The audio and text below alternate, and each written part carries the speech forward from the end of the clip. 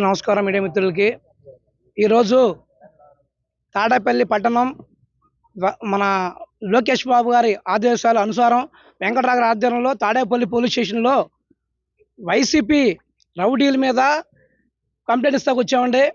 ఎంత దారుణమైన పరిస్థితి అంటే ఇక్కడ ఈ రాష్ట్రంలో పులివెందుల రాజకీయాలు, రౌడీజాలు, మర్డర్లు జరుగుతున్న పరిస్థితుల్లో నిన్న చంద్రబాబు నాయుడు గారి నివాసం వద్ద కోలాహలంగా ఉన్న టైంలో నిన్న వైసీపీ మొగ్గలు అలాగే మన నందిగం సురేష్ అనుచరులు లోకేష్ గారి ఫ్లెక్సీలు పగలగొట్టడం జరిగింది.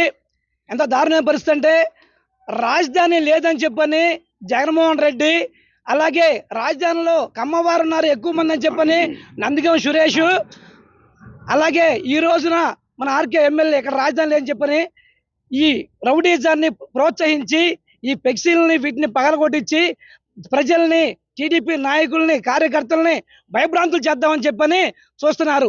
ఇలాంటి పప్పులు ఉడకమని చెప్పని 2 నెలల్లో మీకు బుద్ధి చెప్తామని చెప్పని రాబోయే రోజుల్లో ఇక్కడ లోకేష్ బాబుని గెలిపించుకొని ఇక్కడ రాష్ట్రంలో టీడీపీ ప్రభుత్వాన్ని ఏర్పాటు చేస్తామని చెప్పని, అలాగే ఈ అల్లరి ముగ్గుల మీద వెంటనే పోలీసు వారు చర్యలు తీసుకొని అరెస్ట్ చేయాలని చెప్పని ఈ సందర్భంగా తెలియపరుస్తున్నారు. నమస్కారం.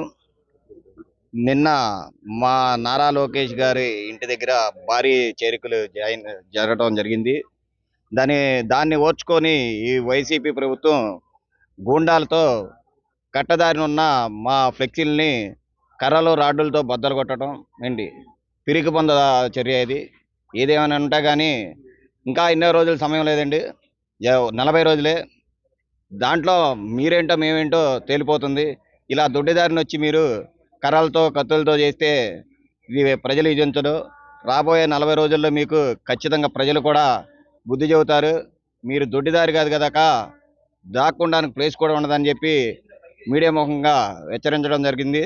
అందుకే ఈ రోజున మేము మా నాయకులతో కలిసి పోలీస్ స్టేషన్ రావటం, కంప్లైంట్ చేయటం జరిగింది.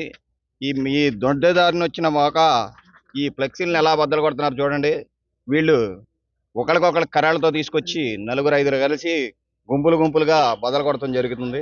వీళ్ళని వెంటనే SHO గారు గమనించి వాళ్ళని అరెస్ట్ చేయాలని చెప్పి మీడియా ముఖంగా మేము కోరుకుంటున్నాం.